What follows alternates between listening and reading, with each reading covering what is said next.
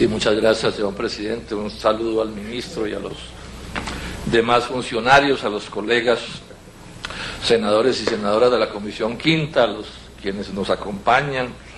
Un saludo también a quienes el día de mañana, algún día de estos, nos vean en la televisión.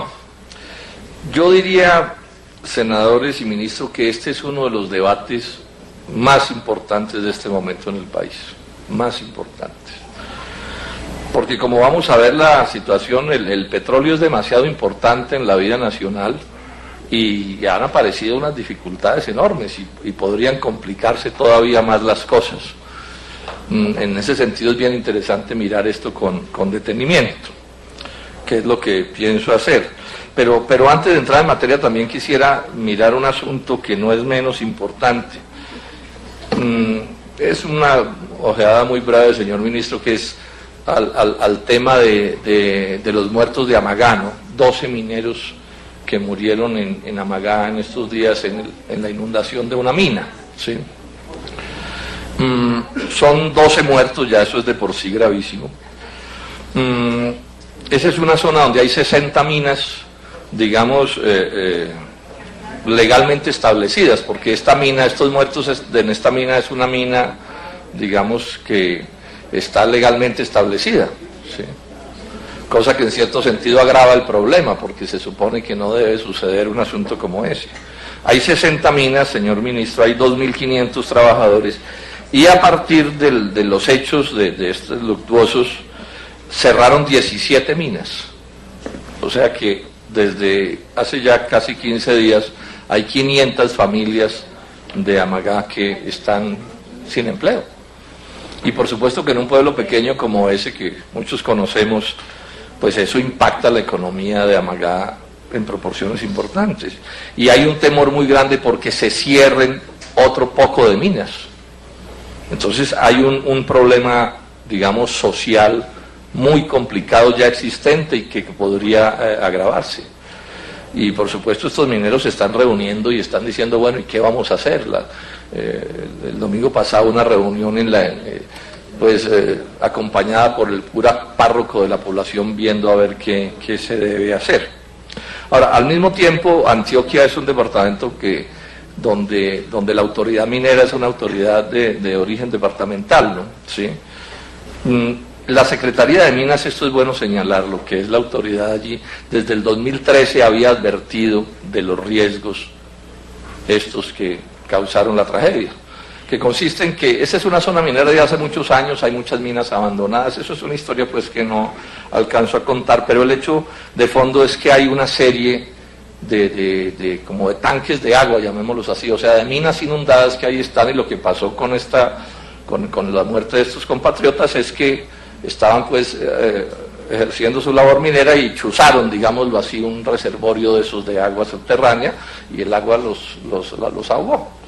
Bueno, y como eso se sabe que hay bastantes más. El problema es que no se sabe con precisión dónde están, ese es el alerta que hay allí, ¿sí? Entonces, parte del asunto es este, ministro. La información que yo tengo es que vale unos recursos importantes, pero no imposibles, que pienso yo que el gobierno nacional debía asumir la responsabilidad de resolver ese problema, para saber dónde están esos acumulados de agua, para que por lo menos la minería se haga teniendo el cuidado de no perforarlos. Ese es un tema que el gobierno nacional debería asumir.